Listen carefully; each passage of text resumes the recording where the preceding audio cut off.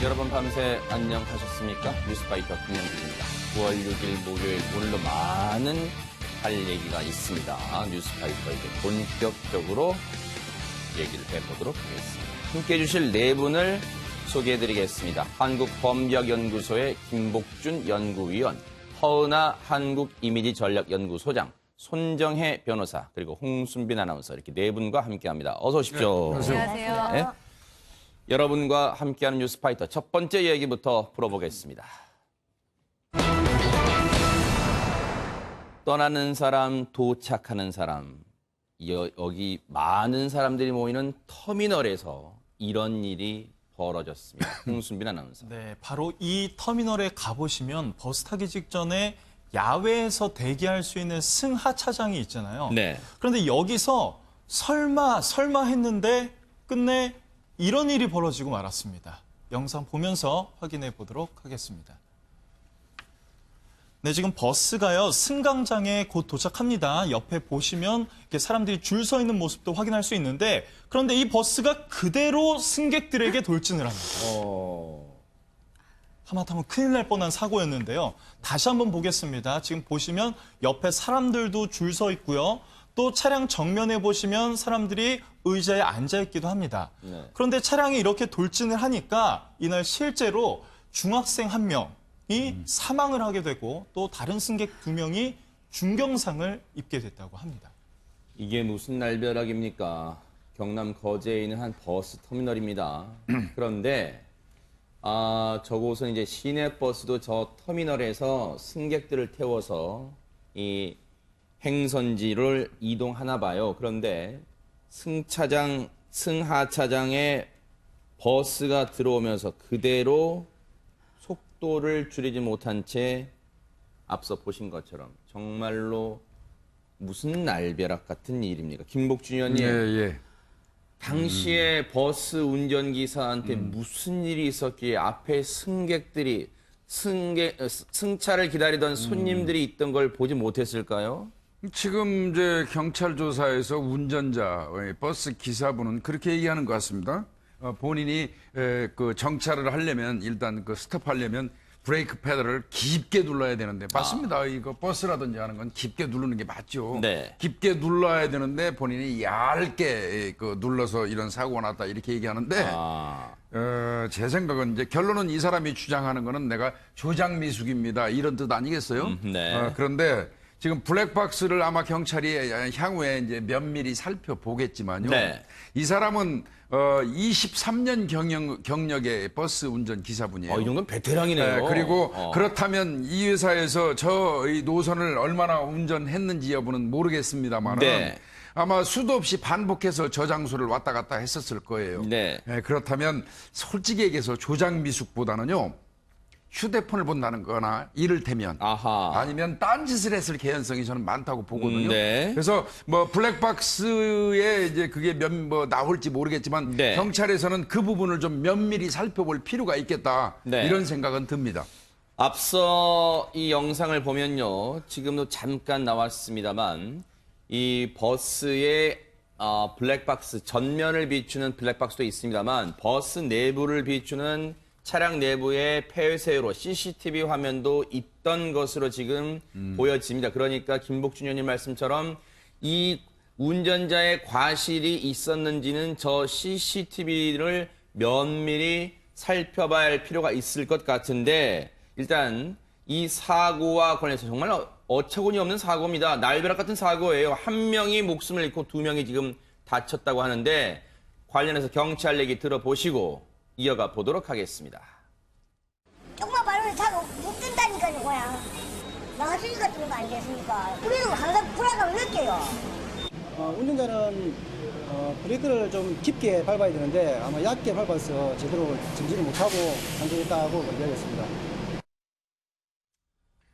앞서 이 버스 운전자의 얘기 중에 홍순빈 아나운서 차가 붕 뜬다는 게 대체 무엇을 얘기하는 겁니까? 그러니까 이게 조금만 밟으면 차가 붕 뜬다 뭐 이런 거 얘기하는데 이게 좀 차량의 불안한 상태를 좀 얘기하는 것 같고 또 영상을 보면요 좀 이제 아쉬웠던 게 차량이 스르르르륵 이렇게 그냥 쓱 지나갑니다. 그러니까 뭔가 좀 기대할 수 있었던 거는 뭔가 조금 덜커덩 이런 거라도 좀 기대해 볼 수 있었는데 영상 속에서는 일단 그런 모습은 확인할 수 없었습니다. 그 앞서 김옥준님 네, 말씀하시죠. 설명을 좀 드릴게요. 네. 지금 앞쪽에 승객들이 앉아 있죠. 네. 근데 이제 이 앞쪽에 버스가 이렇게 들어가 가지고 멈추는 곳에 앞에 경계턱 같은 게 있어요. 네네. 요게 높이가 10cm 정도에 불과하다는 네. 거예요. 그러니까 운전기사들 얘기는 정차하기 위해서 앞에 한 10cm 정도 정지선 있는 네. 그 경계석을 버스가 가서 브레이크를 탁 밟으면 붕 뜬다는 거예요. 네. 버스가. 아. 네, 그런 얘기입니다. 그러면 앞에서부터 저 브레이크를 밟아가지고 조절을 해서 서서히 가가지고 쓸 수 있도록 노력을 해야죠. 네. 차가 붕 뜬다는 표현을 평소에 버스 운전자들이 느낄 정도로 여러분 한번 터미널에 한두 번쯤은 가보신 분들은 아실 거예요. 승하차장의 이 의자 앞에 승객들이 기다리는 앞에 이 버스의 커다란 바퀴 있잖아요. 그게 탁 걸리도록 경계석 같은 게 턱이 높은 게 있어요. 아마 뭐 강남의 버스터미널 가신 분들은 한두 번쯤 보셨을 거예요. 그런데 그 턱이 10cm 정도, 불과 10cm 정도밖에 되지 않기 때문에 여러분 버스의 바퀴 보셨죠? 이 바퀴가 탁 걸리기엔 너무 낮아서 살짝만 움직여도 넘어간다는 차가 거죠. 넘어갈 정도 그게 붕 뜬다고 뜬다는 지금 거죠. 예. 기사님들은 표현을 하는데 그렇다면 김복준 의원이 예. 평소에도 뭔가 안전상의 이 사고가 발생할 수 있다는 위험성 그걸 충분히 버스 운전자들도 인지를 하고 있었다 이렇게 추정할 수 있을까요? 아니, 지금 본인들이 이야기하는 걸 보면 저 경계석을 버스 바퀴가 워낙에 크지 않습니까? 그렇죠. 그러다 보니까 저게 한 10cm 정도면 진짜 요 정도예요. 그러니까요. 그러면 버스 바퀴가 엄청나게 크면 저건 그냥 순식간에 타고 넘어간다고 올라갈 수 봐야죠. 있다는 거거든요. 그러니까요. 그러면 그런 경험들을 한 거예요. 저건 아하. 제가 볼 때는. 네네. 그렇다 그러면 저거를 턱을 높이는 어떤 이 건의를 한다든지 했었어야 그러니까요. 맞지 않겠나 생각이 듭니다. 네. 예. 그런데 이 날벼락 같은 사고로요, 허 소장님, 네. 당시에 버스를 기다리고 있던 이 시민들 중에 중학생 한 명이 숨지고 다른 시민 두 분은 중경상을 입었답니다. 이 부모님, 이 중학생의 부모님 입장에서는요, 생떼 같은 자식을 날벼락 같은 사고로 지금 잃게 됐습니다. 정말 날벼락 같을 것 같아요. 부모 입장에서는 누구나 이해하실 것 같은데 사실 네. 업고 안고 키웠고 지금 중2입니다. 아마 인생에서 부모의 인생의 제1순위가 아이인데 그렇죠. 어느 순간 아이에게 이러한 일이 벌어졌다라는 건 정말 믿을 수 없는 일이죠. 그러니까요. 사실은 제가 이 뉴스파이터를 하면서 네. 저희 아이에 대한 걱정이 좀 더 많아졌어요. 아, 어째서요? 예, 그러니까 정말 예를 들어 전화 연결이 안 되거나 어떤 부분이 되면 갑자기 막 불안해지는 것이 그렇죠. 있는 거예요. 네. 그런데 너무 심하게 좀 걱정하는 거 아니냐. 엄마가 너무 날 못 믿는 것 같다. 우리나라가 그렇게까지 불안전하지는 않거든. 이라는 이야기를 하기는 합니다. 그런데 제가 그때 뉴스파이터 꼭 보라 그래요. 아, 세상엔 어떤 일이 어떻게 벌어질지 그렇죠. 모른다. 그렇기 때문에 미리미리 준비해야 된다라는 얘기를 하는데 정말 부모 입장에서도 네. 또 아이들 입장에서도 마음 편할 시간이 없는 그런 사건이 아닌가라는 생각이 듭니다. 저도 허 소장님 말씀에 정말 동의하는 게요. 저도 뉴스파이터 진행하면서 느끼는 게 여러분 확률이라는 표현을 쓰잖아요. 확률은 나에게 일이 닥치면 그 확률은 의미가 없는 거예요. 확률은 예를 들어 여기에서 사고가 날 확률은 1%에 불과하면 이런 말을 많이 하잖아요. 어떨 때는. 하지만 그게 본인에게 자신의 가족에게 닥치게 되면 그 확률은 아무런 의미가 없는 겁니다. 그런데 평소에도 운전자들이 이 사고 위험성을 불안불안하는 마음으로 감지했다면 손정혜 변호사님 뭔가 이 버스 업체 측은 말할 것도 없지만 터미널 운영 업체 측에도 뭔가 책임이 있지 않을까요? 어떻습니까? 일단은 운전자들의 어떤 지도 감독을 소홀히 한 부분, 항시 이 안전거리라든가 승객과의 어떤 그 정차했을 때의 주의 의무가 있지 않겠습니까? 아하. 관리 감독 책임은 당연히 있을 것 같고요. 네네. 이 사건은 그야말로 인재입니다. 예를 들면 운전자가 명백히 잘못한 사건이긴 하지만 혹여라도 안전관리 의무에 있어서 저 시설물 관리를 철저하게 그렇죠. 했다라면 안전관리, 승객과 그 버스의 거리, 안전거리를 조금 뒀고 버스가 왔을 때 좀 차단막 같은 경계석이 좀 더 높다던가 칸막이가 설치되어 있었다고 한다면 네. 버스가 그대로 승객들한테 진입할 가능성이 낮아질 수 있겠죠. 그런 그러네요. 안전 설치 의무나 이런 것들을 소홀히 한 잘못이 없는지 돌아봐야 될 것 같고요. 네. 결국은 버스 운영이나 저 터미널 관리 업체의 책임도 있겠지만 이거는 추상적으로는 국가와 지자체의 책임도 있습니다. 만약에 저런 버스 승하 차장은 전국에 너무 많잖아요. 그럴 것 같아요. 그런데 돌이켜 생각해 보시면 경계성 높은데 거의 못 봤습니다. 그리고 버스와 승객 사이에 그냥 어떠한 차단 시설도 없어요. 우리 지하철 같은 경우는 스크린 도어라고 해서 그나마 어떤 차단 그러네요. 시설이 있는데 버스는 말하자면 저렇게 돌변해서 승객들한테 돌진했을 때 막아줄 수 있는 시설물이 그러네요. 없다. 그리고 그 시설물이 없다라는 건 그런 규정, 지침, 이런 가이드라인이 없다라는 것인데 다시 한번 시설물 관리를 돌아볼 필요가 있고요. 네. 자칫 저 운전기사가 다른 생각을 한다던가 여러 가지 기타의 사정으로 인해서 서지 못하는 경우 정말 참사가 맞아요, 발생할 수도 맞아요. 있기 때문에 네. 일단 제동거리를 길게 해줘야 되고요. 네. 혹여라도 발생할 수 있는 사고에 대비해서 차단시설 그러니까요. 그리고 승객들이 우르르 몰려갈 때가 있거든요. 네. 승하차장에 그거를 방지할 수 있는 여러 가지 안전조치는 좀 필요하지 않나 그러니까요. 생각이 듭니다. 우리나라 이 시외버스라든지 고속버스 정류장의 가장 큰 문제점, 이건 벌써 오래전부터 경찰 쪽에서 대두가 됐던 거예요. 아하. 지금 버스가 이렇게 들어오면 정면에 앉아 있지 않습니까? 네네. 이렇게 들어오는데 네네. 외국 사례는 이렇게 앉아 있는 사례가 없어요. 아, 그래요? 옆에 앉아 있습니다. 옆에. 그래서 버스가 진행하는 그 정방향에 사람이 앉아 있는 일은 없어요. 그래요? 항상 이 옆쪽으로 이 의자를 배치해 가지고 앉도록 이렇게 하거든요. 아하. 근데 이제 저 부분은 좀 개선이 돼야 된다는 얘기는 경찰 내부에서도 상당히 많이 있었어요. 그래요? 그 전부터. 네네. 저런 사례가 상당히 많이 있었거든요. 네네. 지금 우리가 보도를 해서 지금 사망 사고가 일어나니까 지금 보도가 되고 있는데요. 네네. 다치고 하는 사례는 수도 없이 많았었어요. 저 그래요? 부분이. 네. 그래서 개선을 요구하는데 여전히 저게 잘 안 고쳐집니다. 이게 뭐 아하. 법적으로 강제할 수가 없기 때문에 그런 것 같습니다. 바로 저런 부분이요. 사실은 우리가 뭐 아직은 선진국 대열에 이제 들어가려고 노력하는 나라잖아요. 아직은 선진국이라 누가 자신 있게 말 못하는 것 같은데 바로 저런 부분 같아요. 선진국의 시스템이라는 게 우리가 그냥 간과할 수 있는 부분을 미국이나 이런 데 선진국에서는 세실한 면밀한 부분까지 세심하게 신경을 쓴다 이런 생각 드는데 지금 저렇게 사망사고 난 해당 버스터미널 지금 어떤 입장이고 어떻게 한답니까? 조치를 좀 이제 취할 것 같습니다. 일단 경찰이 얘기하기를 거제시와 이제 합의해서 아까 보셨던 그 10cm짜리 턱을 좀 높이는 방안을 좀 생각을 하고 있고 그 밖에 다른 시설도 조금 이제 보완할 점은 이제 보완할 예정이라고 합니다. 김복준 의원님 예. 이게 뭡니까? 소일거 외양간 고치는 것도 아니고 늘 그러잖아요, 늘.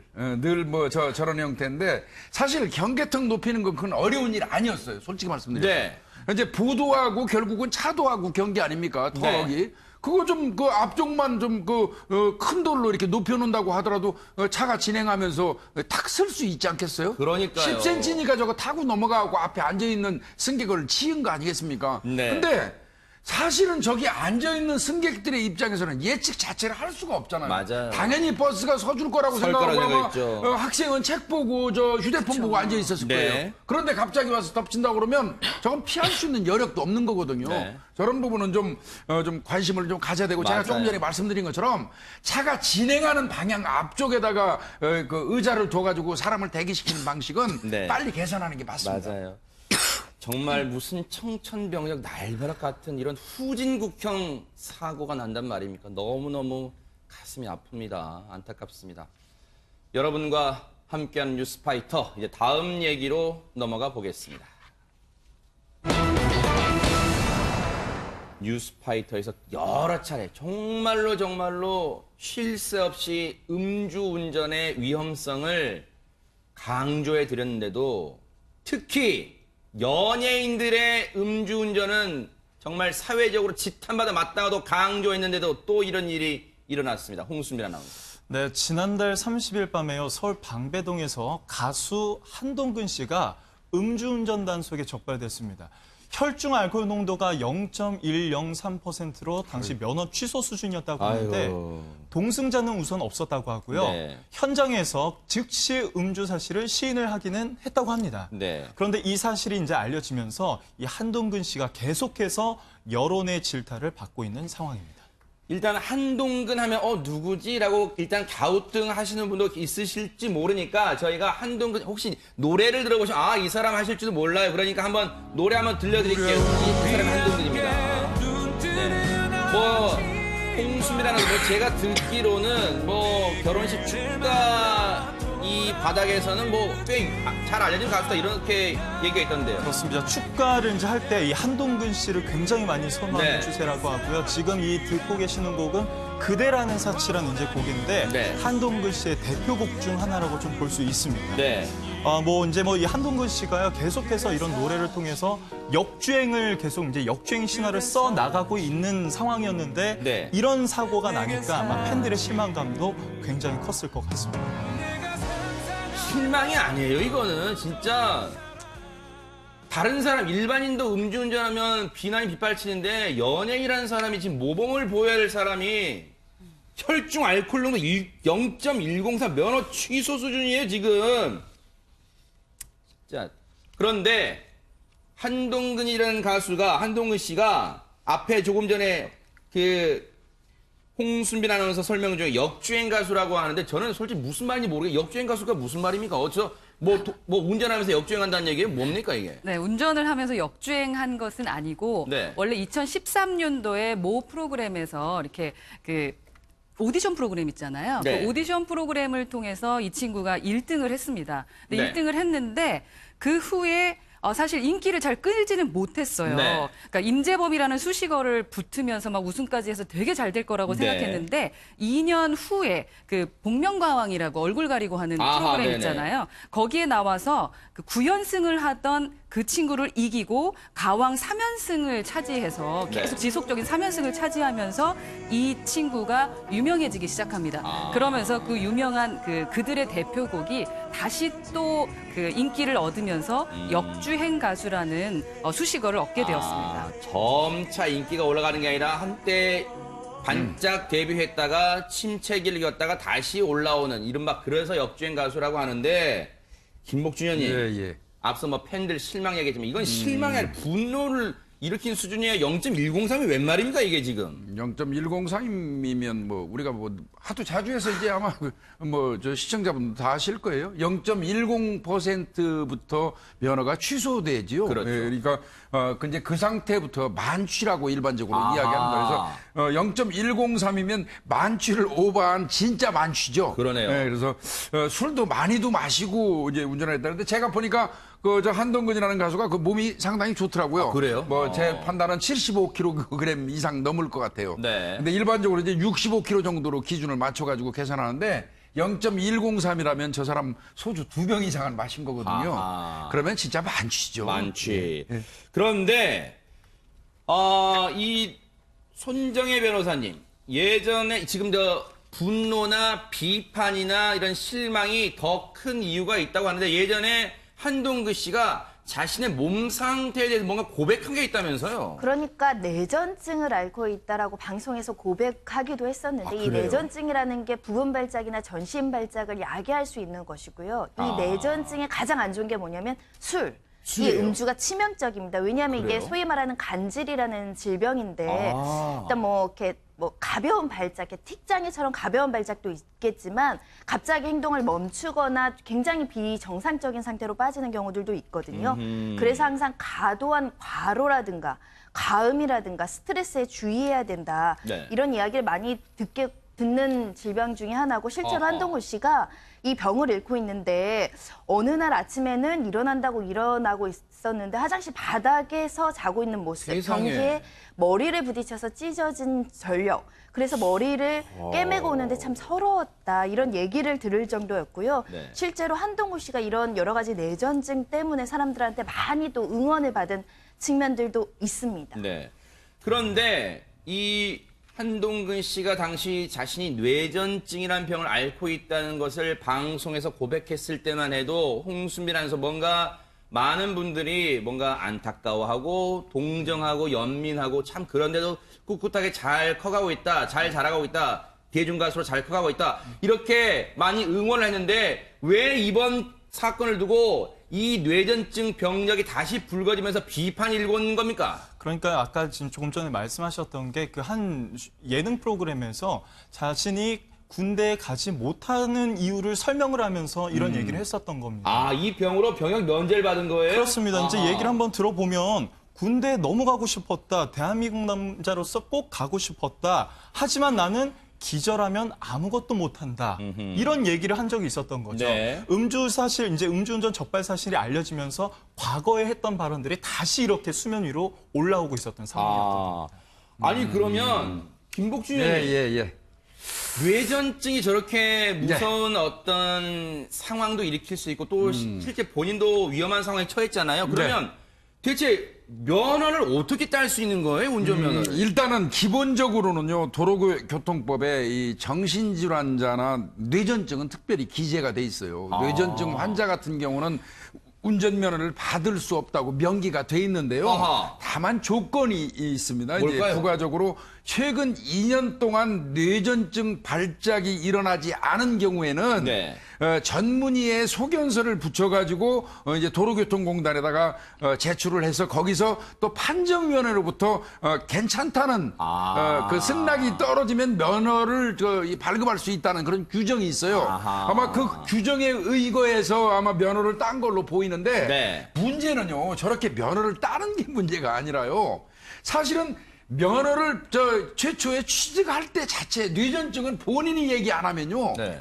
알 수가 없어요. 아하. 운전면허 그 학원이라든지 경찰 쪽에서. 그러겠네요. 그래서 이제 경찰 쪽이라든지 도로교통공단에서 항상 지금까지 끈질기게 요구하고 있는 게 면허 취득을 하고자 하는 사람들을 좀 선별해서 건강보험관리공단이라든지 네네. 뭐 이런 곳에서 진료 기록을 좀 송부해줘가지고 좀 공유를 하자. 아하. 그러면 이제 그런 걸 보면 이제 뇌전증 환자라든지 정신질환 전력이라든지 마약이나 약물 관련돼서 치료를 받은 전력이라든지 이런 게 좀 드러나지 않겠습니까? 네네. 그래서 지금 거기에서 취득 단계에서 걸르겠다 이제 이러는데 문제는 네. 공조를 못 하고 있어요. 아하. 개인정보 보호 때문에 그렇습니다. 그래요. 네, 그래서 아하. 이 부분은 반드시 다중을 위해서 언젠가는 반드시 이 공론화해서 해결해야 될 문제이긴 합니다. 예. 실제로 조금만 네네. 이렇게 첨언해서 말씀드리면 운전면허 취득 시에 그 응시 원서에 네. 관련 질병 없음이라고 그냥 체크만 하면 바로 본인이 패스라고 체크하는 하는데 본인이. 바로 네. 그렇습니다. 본인이 그냥 이제 체크하면 끝나는 거라고 합니다. 네. 그래서 실제로 지난 16일에는 네. 이렇게 부정적으로 이 면허를 취소한 사람들이 적발되기도 했다고 합니다. 그런데 손 변호사님, 지금 인터넷상에서 지금 한동근 씨를 향해서 물론 단순이라는 표현은 오해하지 마세요. 음주 운전한 거 외에다가 지금 뇌전증으로 병역 면제까지 받았잖아요. 지금 그 의미로 제가 얘기한 겁니다. 지금 뇌전증이란 질병으로 병역 면제를 받았는데 지금 저희가 알아봤더니 뇌전증의 음주가 굉장히 치명적이래요. 그러면 당시 뇌전증 증세를 앓고 있는 한동근 씨가 음주 상태로 운전을 했다면 자신도 모르는 사이에 정신을 잃을 수 있잖아요. 그러면 엄청난 제2, 제3의 사고가 날 수 있는 거 아니에요? 그래서 지금 도덕적 비난이 굉장히 높습니다. 왜냐하면 일단은 아니 뇌전증으로 기억을 잃을 만큼 기절을 한다라고 스스로 고백해서 병역 면제 혜택을 받을 정도면 운전대를 잡지 말았어야지. 그렇죠. 그런데 운전대를 잡고 음주를 했고 음주도 단순 0.05가 아니라 0.1 만취 상태로 운전을 했다는 것, 그것도 연예인으로 많은 사람들한테 어떤 그 사회적 영향력이 높은 사람이 했다는 부분에 대해서는 많은 사람들이 지금 비판을 하고 있는 상황이고요. 네. 나아가선 실제로 뇌전증이 맞느냐 이런 댓글까지 나오고 있는 그래요. 상황인데 일단은 본인이 자기 관리를 철저히 하지 못했다. 그리고 뇌전증 관리를 제대로 하지 못했고 특히 팬들에게 어떻게 보면 환상 속에 우리 연예인들 많은 사랑 받는 거에 비해서는 본인의 어떤 무책임한 행동에 대해서는 책임을 져야 된다. 이런 여론이 높습니다. 네. 허 소장님. 네. 한동근 씨 본인이 방송에 나와서 나 군대를 가고 싶어요. 대한민국 남자로서 군대 가고 싶은데 이런 병 때문에 못 가요. 정말 가슴 아파요라고 했을 때만 해도 그래 참 한동근 씨 안 됐다. 하지만 꿋꿋하게 이겨내길 바라요. 응원합니다라고 했을 그런 팬분들이 이번 일로 뭐야 군대 안 가게 해놨더니 술 먹고 다니면서 음주운전을 해? 그것도 뇌전증에 음주는 엄청 치명적이라는데 엄청나게 분노가 치밀 것 같습니다. 그렇죠. 대중의 인기를 얻는 연예인일수록 셀럽일수록 유명할수록 가장 중요한 게 평판입니다. 그 평판을 제대로 관리하지 못해서 신뢰를 잃는 순간 모든 것이 다 끝나는 거거든요. 네. 그 신뢰를 잃는 것 중에 하나가 바로 거짓말입니다. 그러니까. 예, 그리고 거짓말과 더불어 도덕적으로 인정받지 못하는 이러한 행실을 할 때 네. 우리 팬들은 그들을 용서하지 못하거든요. 네. 근데 보면 한동근 씨가 지금 20대입니다. 그 소속사, 연예기획사 그 대표를 만나서 얘기하다가 어떤 걸 알게 됐냐면 아이들을 뽑을 때, 직원들을 뽑을 때 대충 가장 많이 보는 게 무엇입니까? 라고 했을 때 성품이래요. 그 아이가 얼마나 자기만의 애티튜드가 있고 성품이 좋은지를 먼저 보고 뽑는다. 네. 그래서 그 소속사는 사실 이런 문제가 좀 덜 있습니다. 아, 20대가 자기 자신을 관리하기 어느 순간 또 정상까지 가버리면요. 네. 관리하기 좀 힘들 수도 있습니다. 이럴 때는 소속사가 더 세게 그러니까요. 관리를 하는 것이 필요하다는 생각입니다. 한동근 씨도 소속사가 있나요? 홍수미나 저 소속사가 있으면 입장을 내야 될 거 아닙니까? 네, 그래서 지난 5일에 소속사에서도 입장을 내놨습니다. 바로 어제 내놓은 건데요. 소속사는 이 일에 대해서 진심으로 사과드린다. 현재 이 본인은 잘못을 뉘우치고 반성하고 있고 앞으로 당분간 모든 활동을 중지하고 자숙의 시간을 갖도록 하겠다. 그리고 경찰 조사에도 성실히 임하겠다는 얘기까지 했고요. 그다음에 이제 한동근 씨뿐만 아니라 이 소속 연예인들 전원에게 다시 한번 음주 운전에 대한 경각심을 한번 고취하도록 하겠다. 이런 입장을 밝혔습니다.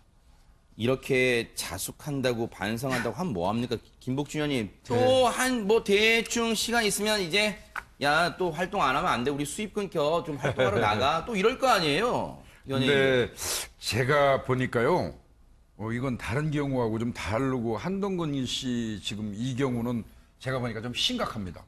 어떤 부분에서 네. 심각하냐면요. 기본적으로 연예인이 술을 마시고 운전한다는 것 자체도 그 문제가 뭐 상당히 많이 있었지만요. 그보다는 대한민국 사회에서 진짜 이 병역 관련된 어떤 그 문제는 그렇죠. 굉장히 그 심각한, 그 민감하고 심각한 그 사안이거든요. 네. 제가 늘 말씀드리지만 이 병역 관련돼서 최고로 용서 안 해주시는 분들이 아이를 군대 보내는 엄마들이에요. 그러실 것 같아요. 한동근 씨 굉장히 듬직해가지고 이 엄마들한테 인기가 있었던 걸로 제가 알고 있는데, 아하, 네. 군대 저 뇌전증이 있어서 군대 안 갔다고 해가지고 좀 안 됐다, 딱하다 이런 그 개념이 있었는데, 네. 뭐 결국은 술 먹고 뇌전증 있는 사람이 술 먹고 이렇게 운전했다 그러면 한동근 씨가 재개하는데 그렇게 쉬울까요? 저는 이 부분을 진짜 네. 사회적인 부분으로 좀 고민을 해야 된다고 네네. 생각하는 게 요즘 아이들은 사실 위인들한테 어떤 존경심을 느끼거나 따라하지 않아요. 연예인들을 보면서 그들이 하는 행동을 보고 따라하는 경우가 훨씬 더 많습니다. 그러니까요. 그렇기 때문에 예를 들어서 지금과 같은 일들을 시간이 지난 다음에 다시 용서한다? 그러면 죄를 짓고 나서 나도 이렇게 하면 되겠지라는 하나의 사례가 될 수 있기 때문에 사실은 이것을 그냥 이익적인 부분으로만 생각할 것이 아니라 앞으로의 대한민국의 미래까지도 생각을 하면서 이 부분은 처리되어야 된다고 생각합니다. 차제예요. 한동근 씨가 정말 진심으로 뉘우친다고 반성한다고 그런다면요. 그냥 어디 집에 그냥 칩거한다거나 그리고 남모르게 눈에 안 띄게 어디 다니거나 그렇게 하지 마시고요. 당당하게 사회봉사 같은 걸 하세요. 네, 선행하고. 그쵸. 사회봉사하면서 맞습니다. 특히 음주 관련 재교육, 음주운전 관련 재교육 같은 거 하는 그런 사회봉사 현장 가서 이게 무슨 법원이 사회봉사 명령 내린 게 아니잖아요. 하지만 자발적으로 그런 데 가서 봉사 한번 해보세요. 그러면 진심으로 팬분들이 용서하는 시간이 올지도 모를 것 같습니다. 자, 지금 시각이 9시 49분을 향해 가고 있고요. 지금 여러분께서는 사건, 사고를 집중 파헤치는 뉴스파이터와 함께하고 계십니다.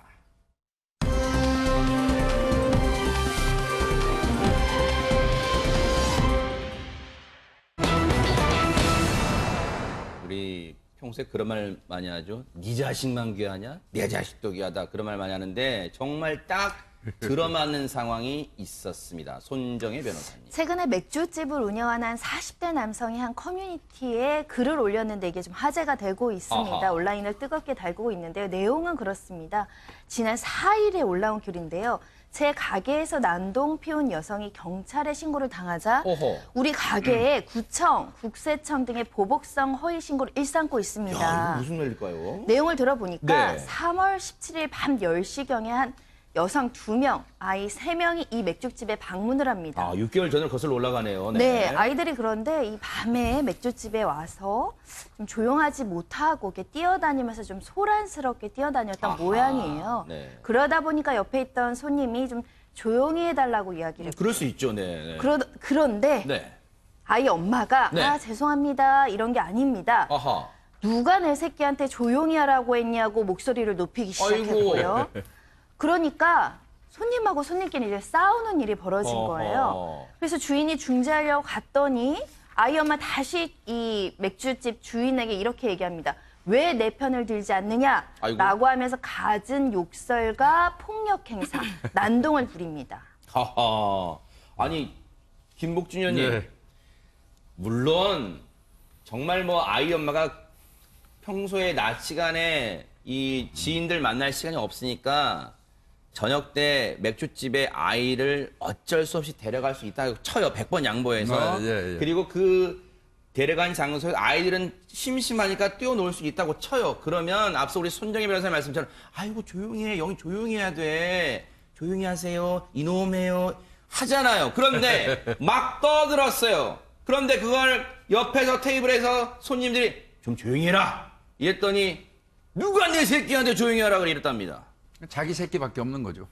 예, 타인에 대한 배려가 전혀 없는 거죠. 저도 가끔씩 어디 식당이나 이런 데 가서 앉아 있으면 아이들을 데리고 와가지고 통제를 도통 하지를 않아서 정말 그 옆 사람하고 대화를 못할 정도로 시끄럽게 하는 맞아요. 경우를 많이 겪었어요. 그런 경우 있어요. 네, 사실 몇 번 이거 좀 조용히 좀 시키십시오 하고 말하고 싶어도 네. 사실 요즘 인심이 워낙 흉흉해서 괜히 네. 나섰다가 망신당할까봐 네. 그냥 참고 말고 조용히 얘기하죠 주인한테. 아하. 좀 애들 좀 통제 좀 하게 그러니까요. 해주십시오. 이렇게 이제 조용히 얘기하지 않습니까? 네. 그러면 이제 주인이 가서 얘기를 하는데 근데 또 금방 눈치채요. 바로 옆에 있는 사람이 주인한테 말했을 거라는 거 알아요. 네. 왜 가장 시끄러운 거 당하는 사람이 옆에 사람이니까 네. 그 부분도 부담이 있더라고요. 제가 이제 살다 보니까. 네네. 근데 이거는 여러 사람이 이용하는 그 시설에서 저는 이제 뭐 많이 이해해 주셨어요. 맥주집에 아이들 데리고 가는 것도 옳지 않습니다.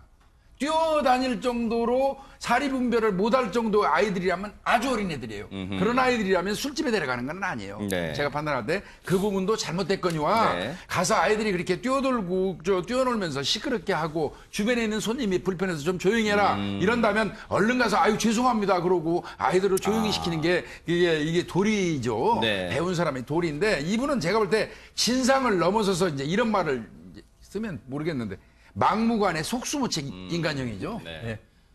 뭐 흔히 시쳇말로 답이 안 나오는 손님이다 네, 네. 이런 표현도 쓰실 분도 계실 것 같은데 허 소장님 딱 네. 이 상황이 앞서 제가 말씀드린 자기 새끼만 귀하고 남의 새끼를 안 귀하고 다른 사람은 배려하지 않고 그냥 오로지 내 새끼 내 아이 지금 이런 상황이에요 지금. 네, 이 어머님은 좀 교육을 받으셔야 될 것 같다는 생각이 네. 좀 듭니다. 그러니까 이 아이 정말 소중하죠. 내 아이 소중하고 내 아이를 누군가 혼내고 때린다면 그걸 누가 참는 부모가 있겠습니까? 네. 하지만 사회생활을 어떻게 해나가야 되는지는 아이 때부터 배우게 되는 겁니다. 그래서 내가 어떻게 행동하느냐를 보고 가장 존경하는 엄마, 아빠의 모습 그대로 따라가는 게 우리 아이들이거든요.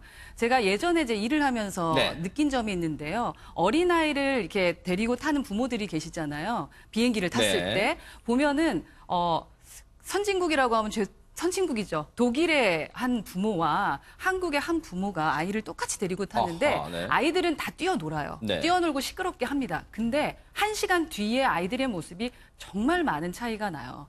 예를 들어 독일의 아이는 혼자 앉아서 장난감을 갖고 놀아요. 네. 근데 물론 모든 한국의 아이들이 그렇지는 않습니다만 네. 제가 봤을 때 그때는 그 아이는 여전히 뛰어놀고 너무 시끄럽게 해서 정말 손님들이 이제 저희한테 좀 조용히 시키면 안 그렇겠죠. 되겠느냐라는 말을 했거든요. 아하. 왜 그런가를 봤을 때 부모입니다. 아. 예, 부모님이 우선은 애가 뛰어놀 수 있기 때문에 이 아이가 혼자 놀 수 있도록 하는 것과 혼낼 때 확실하게 혼을 내면서 네. 여긴 공공장소다라는 것을 5, 6살 아이에게도 그러니까요. 알려주는 모습이 보이거든요. 네. 그래서 좀 단호할 때 좀 단호하게 그러니까요. 아이를 관리하는 것이 필요할 것 같습니다. 자, 그런데 이 술집에서 이런 상황이 벌어졌는데 여기서 끝난 게 아니었다고 합니다. 손정희 변호사님. 그러니까 이 여성이 난동을 부리니까 가게 주인 입장에서는 영업에 지장이 있으니까 제발 나가달라. 심지어는 술값 안 받겠다. 아하. 제발 나가만 달라고 하는데 이 여성이 안 나가요.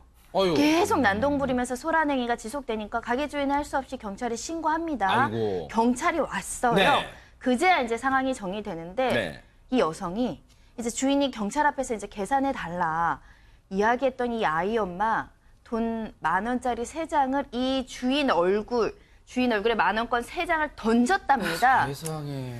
이 주인 너무 어이없었다. 이런 모멸감 처음이고 심지어는 나 살인 충동까지 느꼈을 정도라고 고통을 호소했습니다.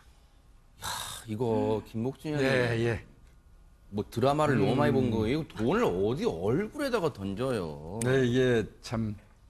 그러니까 아까 아이를 그런 집에 데리고 오고 아이가 뛰어다니는데도 불구하고 자기 아이를 말리지 않고 도리어 성을 내는 정도의 수준의 엄마라면 뭐 능히 이 계산하면서 이 그 주인한테 돈을 던질 수는 있겠어요. 뭐 미루어 짐작컨대 그런데요. 네. 사실은 이제 제가 이런 사건 돈으로 얼굴을 때리는 경우 있지 않습니까? 아유. 이것도 명백히 얘기하면 폭행이에요.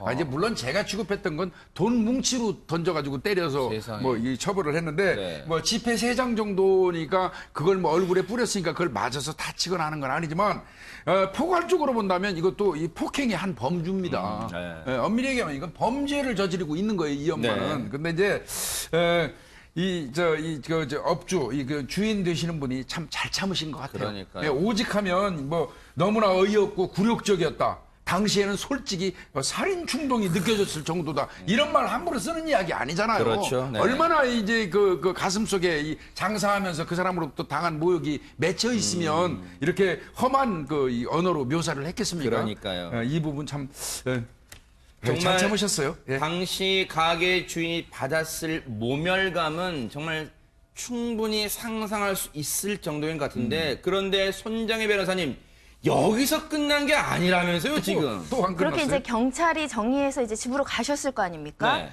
그런데 불현듯 어디서 나오냐? 구청 식품위생과에서 이 가게를 점검을 나옵니다. 왜요? 여기 문제 있다, 부정 주류 신고가 있다라는 신고가 접수가 됐다는 누가 것인데 신고한 거예요? 그 여성입니다. 하하. 여기서 끝이 아니고요. 국세청에 여기 세금 제대로 처리 안 했을 수 있다, 점검해달라고 또 신고해서 국세청에서도 또 조사가 나옵니다. 네. 이 두 건 모두 조사를 받았고요. 결국 무혐의 처분은 났는데 세상에. 이 가게 주인 너무 억울하다. 그렇죠. 우리는 세금 포탈한 것도 없고 뭐 여러 가지 식품위생법 위반한 사실도 없는데 이렇게 허위로 민원을 제기한 부분 문제 삼겠다라고 해서 폭행죄와 무고죄로 고소를 했고요.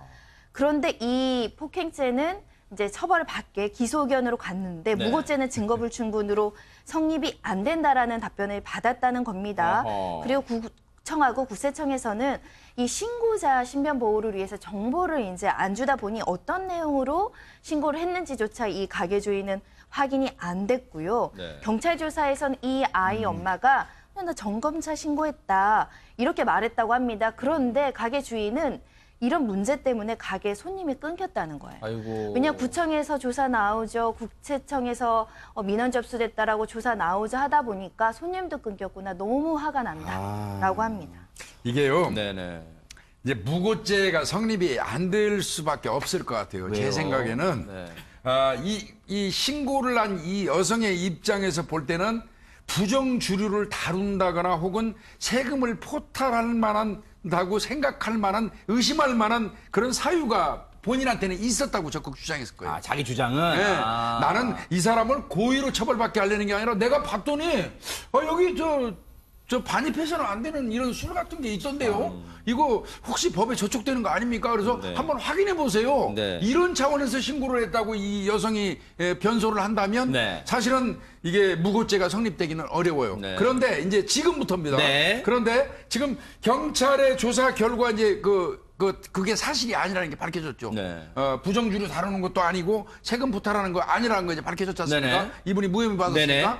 이 사실을 알면서도 이후에 지속해서 이와 같은 행위를 또 한다면 그때는 아마 무고죄의 처벌을 그때는 이제 받을 수도 있을 겁니다. 그런데요, 손 변호사님, 이 가게 주인분 입장에서는 국세청 조사에 시달려, 그럼요. 구청 조사에 시달려 한 넉 달 정도, 서너 달 정도 아마 걸렸을 거 아니에요. 정말 지옥 같은 생활했을 것 같아요. 일단 조사를 받아야 되고요. 내가 혐의가 없다는 것도 적극적으로 소명하려면 여기에 또 신경을 써야 되는데 이 모든 것이 가게에서 소란행위를 피우는 손님들끼리 여러 가지 문제 때문에 신고한 거에 비롯된 거잖아요. 본인은 정당한 일을 했는데 보복을 당했다고 생각하니까 4개월 동안 지옥이었다. 심지어 세상에. 탈모가 왔다는 거예요. 탈모까지 왔어요. 그런데다가 매출 손실까지 입었으니까 너무 억울한 상황인데 문제는 이렇게 어떤 근거 없는 진정을 넣었을 때 무고죄로 신고를 했는데 이게 무혐의다 보니 본인은 지금 이 부분은 납득하기가 어려워서 검찰의 이 불기소 처분에 항고하겠다. 그럼 항고하면 또 그 항고장 써내야 되죠. 또 변호인 서인님 하셨는지 모르겠는데 그거 준비하는 것도 많은 시간이 걸리거든요. 그러다 보니 아니 내가 경찰한테 이렇게까지 하소연했다는 거 나도 그럼 다른 가게 가서 이렇게 해도 되느냐. 그러면 이거 무혐의 나오는 거냐. 너무 억울하다 이런 이야기를 하고 있는 상황이고요. 그 여성분한테 제대로 된 사과도 못 받았고 꼭 처벌받게 하고 싶다. 가게 주인이 호소입니다. 네. 이 가게에 손님의 발길이 끊길 이유가 저는 이해가 되네요. 왜냐면 여러분 자신이 오롯이 하루 종일 아이디어 짜내고 어떻게 하면 손님 늘리고 매상 늘릴까 아이디어를 짜고 관심을 가져도 손님이 늘까 말까 하는 요즘 이 경제 상황에 요런 일 때문에 거기에 온통 신경 쓰니 가게에 매달릴 수가 있겠습니까? 그러니까 손님 발길로 서비스가 예전 같지 않네 라고 하실 수도 있겠죠. 그러니까 하나 둘씩 손님들 끊기고 지금 3월 달에 일어난 일로 지금 이분의 생업도 지금 막대한 피해를 보고 있지 않나 이런 생각을 해보는데 홍순빈 아나운서 네. 이 사연을 읽고 많은 분들이 안타까워할 것 같습니다. 분노도 느끼고요. 네, 좀 분노를 특히 좀 많이 느끼시는 네. 것 같은데요. 4살 된 아이를 키우는 한 어머니는요, 이렇게 얘기를 하고 있습니다. 아니, 아이를 데리고 맥주집을 가지 않거나 정 마시고 싶으면 차라리 그럴 거면 집에서 마셔라. 뭐 이런 반응을 보이시는 분도 있었고 가게를 운영하는 한 사장님은 이렇게 얘기합니다. 저도 이런 경험 많이 합니다. 네. 요즘 어머니들 보면 아이를 제지하기는커녕 사장인 나에게 오히려 아이를 따로 챙겨달라 요구까지 한다고 해요. 그래서 이 사장님은 정말 꾹꾹 참아가면서 장사를 하고 있다고 또 글을 남기기도 했습니다. 네. 또 다른 이제 글을 보면요. 아무리 아이들이 금지 오겹이라도 혼낼 땐 혼내고 네. 잘해줄 땐 잘해줘야지 이러면 안 된다라는 반응으로 좀 짚어내시는 분도 있었고 네, 그 매를 아끼면 자식을 망친다는 영어 속담이 다 틀린 게 아니에요. 내 말씀하신 그렇습니다. 게다가 또 일본에서는 이런 일은 생각할 수도 없다. 뭐 이런 반응까지 확인해 볼 수 있었습니다. 그래요. 뭐 일본이 싫어도 이런 거 공공장소 예절 강조하는 건 배울 건 배워야 돼요. 진짜 우리가 너무 아이들을 귀하다고 그냥 막 이렇게 풀어놔요. 그건 정말 안 돼요. 자, 여러분과 함께하는 뉴스파이터 이제 마지막 얘기로 넘어가 보겠습니다. 이번에도 음주운전 얘기입니다. 손정혜 변호사님. 네, 한 50대 남성이 지난 2월 5일에요. 오후 9시 30분경인데 한 목격자가 신고를 합니다. 아하. 저기 어떤 남자가 술을 먹고 운전을 하는 것 같아요. 라고 경찰에 신고하는데 네. 이 남성이 신고 사실을 알았어요. 어? 그리고 어떤 행동을 했을까요? 반성했나요? 술집에 갑니다. 소주를 시켜서 소주 반병을 그 자리에서 더 마셔요. 음주운전 신고당한 사람이 오히려 음주를 더 하는 상황인데요. 네. 경찰 신고해서 출동해서 이 사람 그 알코올 농도 채취합니다. 0.128%. 이야, 면허 취소 많이 먹었네. 만취 상태인데요. 네. 일단 근데 좀 애매하잖아요. 그럼 왜요? 이 술이 그 음주운전 했을 때는 몇이고 그럼 그 다음에 소주 반병 마신 건 몇이고 약간 혼동을 주려고 이런 행동을 한 거죠. 아하. 결국 법원에서 처벌했습니다. 아하. 징역 9개월 음주운전죄로 처벌을 했습니다. 징역 9개월. 그러면 실형을 선고한 거예요? 네, 그렇습니다. 징역 9개월. 집행유예도 아닌 징역 9개월입니다. 근데 김복준 의원님. 예. 이 남성의 행동이 정말 기가 막힙니다. 이런 사람들 네. 꽤 있어요. 꽤 있어요? 네, 이제 일선에서 이제 음주로 추적 중에 있다가 이제 경찰이 현장에서 못 잡은 경우에 네. 그 주변을 수색하고 있으면 어떤 경우에 차 세워놓고 들어가서 술 마시고 있어요. 그러면서 네. 경찰이 들어가면 당신 지금 저 음주 측정 불응하고 도주했지 않냐 이제 그렇게 얘기하면 그때는 안 마셨다. 근데 나 지금 짜증나서 당신네들이 쫓아오고 그래서 짜증나가지고 지금 차 세워놓고 지금부터 마시기 시작한 거다. 이러면서 이제 복복 우기는 경우가 있거든요. 네네. 이게 적지 않게 일어난 일선에서 어허, 일이에요. 네. 근데 네. 그 사람 이 사람도 그런 행태를 보이려다가 지금 이제 그 현명하신 판사님한테 큰 코 다친 것 같은데요. 네네. 이제 이게 어떤 식으로 이 경찰이 계산을 했냐면, 네. 자, 이 사람이 소주 반병을 경찰이 왔을 때 마셔가지고 그때 측정한 게 0.128%예요. 네. 그렇다면 반병을 더 마셨지 않습니까? 네. 그래서 이제 위드마크 공식이라는 게 있어요. 아, 이때 등장하는군요. 아하. 네, 스웨덴의 이제 그 생리학자인데 위드마크라는 사람이 아마 네. 1931년도인가 이 위드마크 공식을 고안합니다. 네. 이게 이제 술 농도, 그다음에 음주량, 체중을 고려해가지고 음주를 역산하는 방법이에요. 그래요? 네. 그래서 이 사람이 계산을 해봤더니 사람은 일반적으로 1시간에 0.015% 감소하더라. 아, 술을 마시면. 일반적으로? 일반적으로. 아. 그래서 이제 그거를 계산해가지고 이 사람이 소주 반병. 네.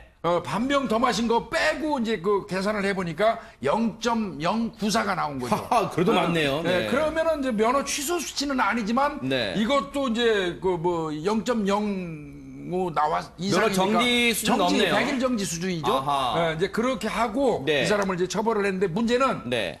이 사람이 상습입니다. 상습. 상습이에요. 네, 왜요? 음주운전으로 3번 정도의 실형을 받은 적이 있고요. 아하. 그러니까 그 저 교도소에 수감됐다는 얘기예요. 실형 네. 3번. 그다음에 집행유예 한 번 받았다. 그것도 엄밀히 얘기하면 실형입니다. 네. 그다음에 벌금도 4번 받은 적이 있대요. 아하. 그러면 8차례에 걸쳐서 거의 습관적으로 술 마시고 아하. 운전했던 사람이라는 거죠. 네. 그래서 이제 판사 그 현명하신 판사님이 네. 실형을 준 것 같습니다. 이번에. 그러면 손 변호사님, 이 판결은 이례적이라기보다는 법원이 그동안의 과거에 이 사람의 전력까지 다 이번 사건에 참작을 했다. 어떻게 보면 적절한 판단이라고 보실까요? 어떻습니까? 지극히 마땅하고 실형 9개월도 이게 과하다, 중형이다라고 네, 좀 봐야 봐야 돼요. 되는지 생각이 들어요. 그러니까 왜냐면 여러 번의 실형을 살고 나왔음에도 불구하고 개선되지 않고 이 상습성이 계속 이어지고 있다는 거죠. 네. 오죽했으면 지나가던 목격자가 경찰에 신고까지 그렇겠네요. 이르겠어요. 얼마나 위험해 보였으면요. 그러니까요. 그럼에도 불구하고 반성하지 않고 오히려 술을 더 먹어가서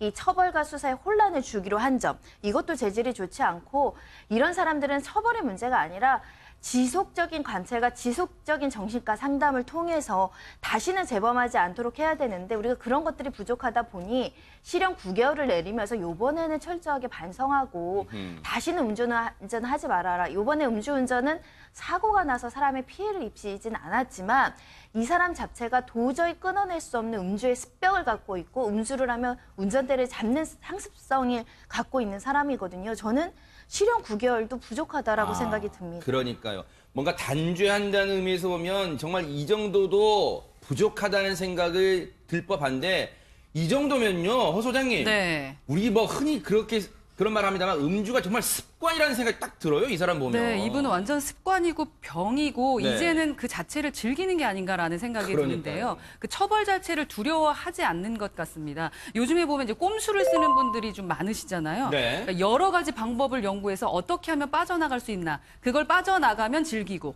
또 그거를 빠져나갈 수 있는 어떠한 도구들도 구매하시는 분들이 계시는데 이분은 확실히 습관적인 병을 갖고 계신 것 같습니다. 네.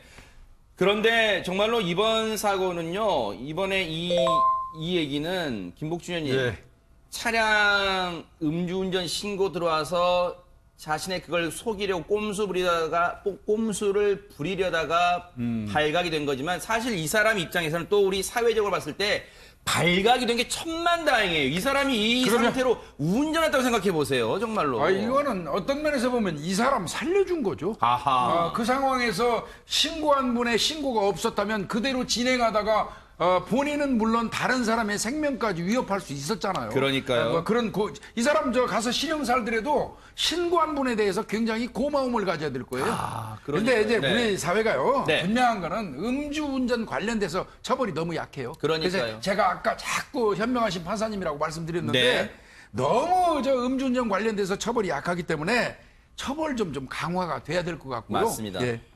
이 정도 된다면 그리고 저 8번, 9번째라면 이런 분들은 어떻게 이제 법을 만들어서라도 영구 면허 취득 금지를 그러니까요. 시키는 방안도 모색을 해야 될 것 같습니다. 좋은 아이디어 같아요. 예. 한번 그런 점도 한번 고려를 해봐야 될 것 같습니다. 그리고 9개월 실형 살면서 반성하기를 기대를 해보겠습니다. 뉴스파이터 준비한 내용 여기까지입니다. 함께해 주신 여러분 고맙습니다.